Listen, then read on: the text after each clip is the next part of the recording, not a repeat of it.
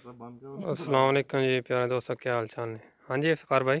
जी जी आबद भाई, बहुत अच्छा लग रहा है जी।